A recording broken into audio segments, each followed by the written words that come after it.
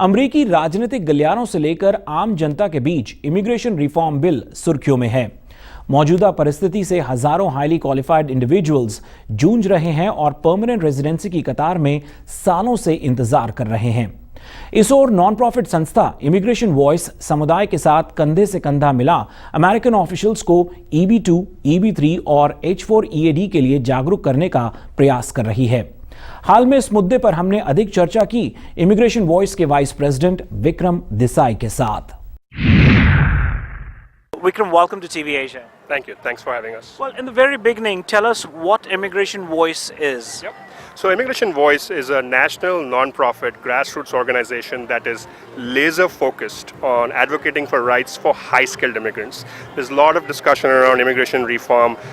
There's an undocumented issue, but for the past 8 years, we have been laser focused on rights for high-skilled immigrants. And these are folks who come on H-1B visas, L-1 visas, who are paying taxes, have families here, have filled out numerous forms, done everything right from a paperwork standpoint to come here, and yet we are stuck in decade-long green card backlogs. And what that means is during that time, you can't change jobs, cannot ask for raises, cannot open your own business, your spouse cannot work. So there's some really human rights issues, frankly speaking, with high-skilled immigrants in this country, and we've been advocating for our rights for the past 8 years. So clearly the T-shirt that you're wearing, stuck in EB2, EB3, Immigration Voice, help us eliminate green card backlogs, and you've sort of explained what are the reasons, what these individuals are going through in the country, and how their career is at stake right now. There are people who are in two thoughts, whether to settle over here or to pursue their career back home in India.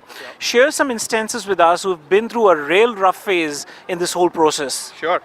So we represent about 1 million high-skilled immigrants, and so we on a daily basis get stories and families and their things that they've gone through to kind of go through this process.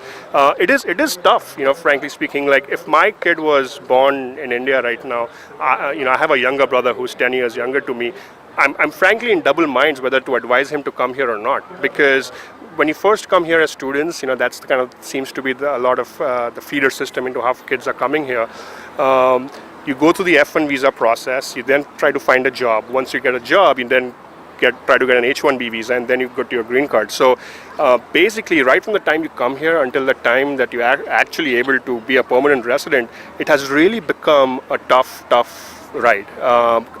Based on our latest NFAP report, which is a non-partisan organization, right, if the backlogs stay the way they are for green cards, it will be anywhere from 30 to 80 years before anyone will get green cards. And it's really a tough situation. So there are countless stories. There are stories of, families moving back. There are stories of families who came here with kids. When the kids aged out, they were more than 21 years old. They were no longer dependent, so they had to go to a different country.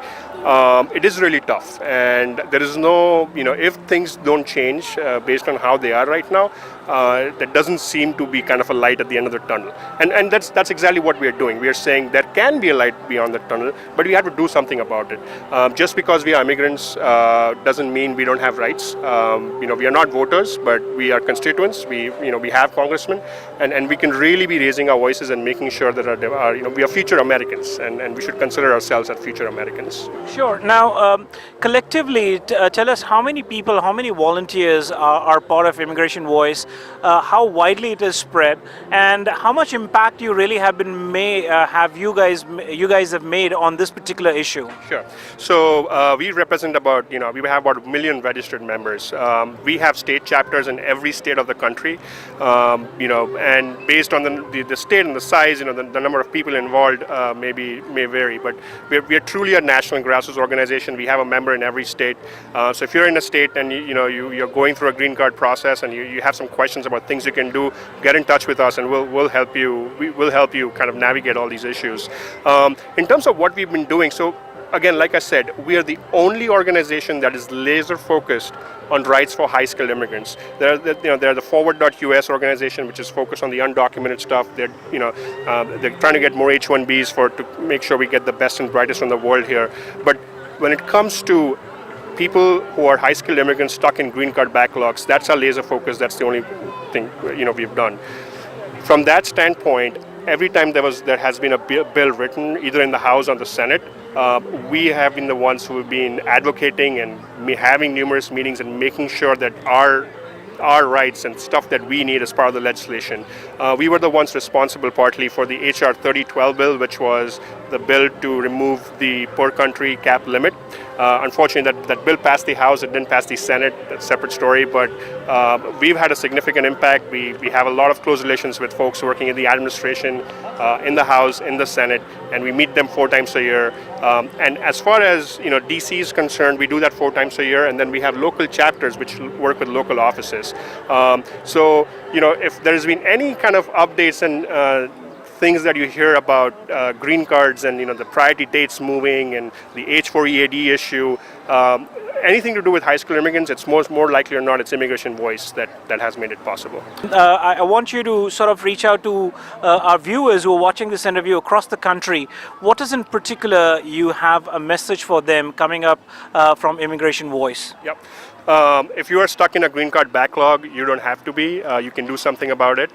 Go to immigrationvoice.org, go to our Facebook page, sign up as an advocate, contact your local representatives, go to DC, make phone calls, write letters. You have rights and we have rights, and we don't have to stay in this backlog forever. लेंगे एक और छोटा सा break, और break के बाद community roundup जारी रहेगा। आप बने रहिए हमारे साथ।